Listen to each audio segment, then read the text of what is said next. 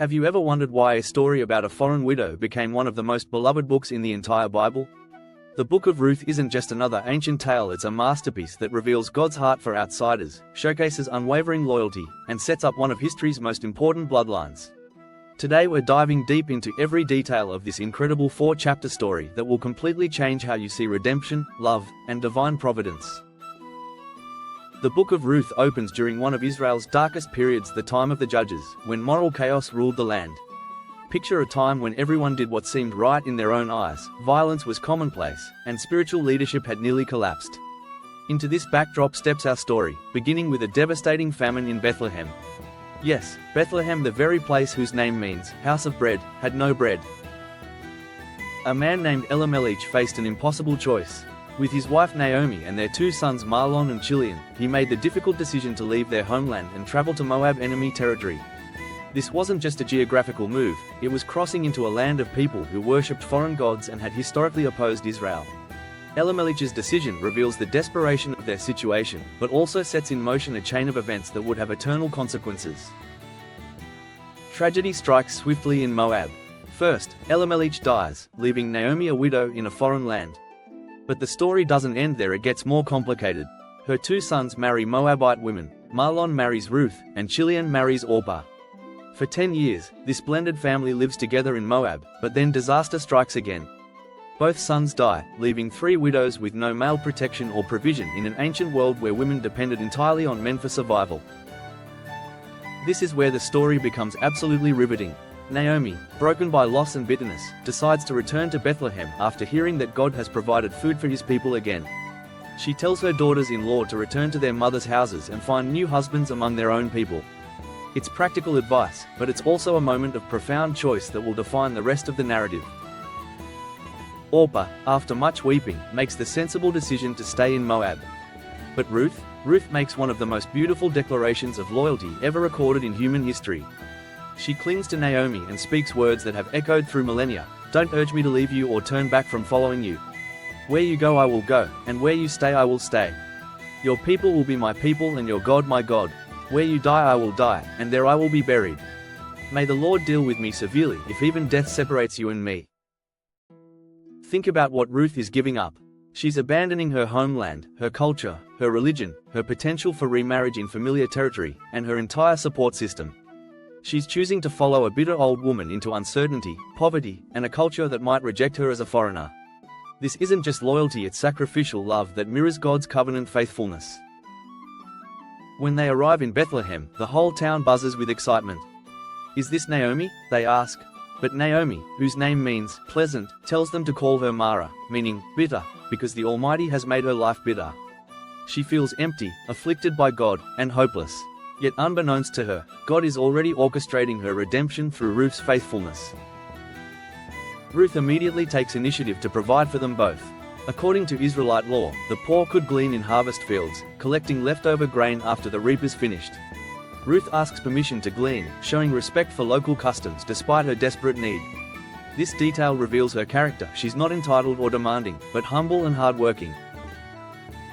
Providence guides Ruth to the field of Boaz, a wealthy landowner who happens to be a relative of Elimelech. When Boaz arrives and sees Ruth, he inquires about her identity. His workers tell him she's the Moabite woman who returned with Naomi, and they praise her work ethic and respect for customs. Boaz is immediately impressed, not by her beauty, but by her reputation for kindness toward Naomi. Boaz's response reveals his exceptional character. He tells Ruth to stay in his fields, drink from his water, and eat with his workers. He commands his men to protect her and even instructs them to deliberately drop extra grain for her to find. When Ruth falls prostrate, amazed by his kindness to a foreigner, Boaz explains that he's heard about everything she's done for Naomi and how she left her parents and homeland to live among strangers. Here's where the story gets even more beautiful. Boaz prays that God will richly reward Ruth, under whose wings she has come to take refuge. This prayer foreshadows the protection and provision that Boaz himself will provide, suggesting that God often answers prayers through human instruments. Naomi's bitterness begins transforming into hope when Ruth returns with an enormous amount of barley and leftover food from Boaz's table. When Naomi learns that Ruth gleaned in Boaz's field, she blesses God for the first time in the narrative, recognizing divine providence at work. She reveals that Boaz is their kinsman-redeemer, a family member with both the right and responsibility to help restore their family line. The concept of kinsman-redeemer is crucial to understanding the story's deeper meaning. According to Israelite law, when a man died without children, his closest male relative could marry the widow to preserve the family name and inheritance. This wasn't just about romance, it was about restoration, legacy, and social justice for vulnerable people. Naomi devises a plan that seems shocking by modern standards but followed ancient customs. She instructs Ruth to wash, perfume herself, and lie at Boaz's feet during the harvest celebration. This wasn't seduction, it was a symbolic act requesting protection and marriage according to established tradition. Ruth's midnight encounter with Boaz is handled with remarkable delicacy and honor. When Boaz discovers her at his feet, she requests that he spread his covering over her as her kinsman-redeemer. Boaz is deeply moved by her request, calling her blessed for not pursuing younger men but seeking to preserve her deceased husband's family line. However, he reveals there's a closer relative who has first rights to redeem their situation. The climactic scene unfolds at Bethlehem's city gate, where legal matters were conducted publicly. Boaz confronts the nearer kinsman about purchasing Naomi's land and marrying Ruth. The unnamed relative initially agrees to buy the land but backs out when he learns about marrying Ruth, fearing it would jeopardize his own inheritance. This creates the perfect opportunity for Boaz to step in as redeemer. The transaction is sealed with the ancient custom of removing a sandal, a symbolic transfer of rights and responsibilities. Boaz publicly declares his intention to purchase the land and marry Ruth to preserve Mahlon's name and inheritance.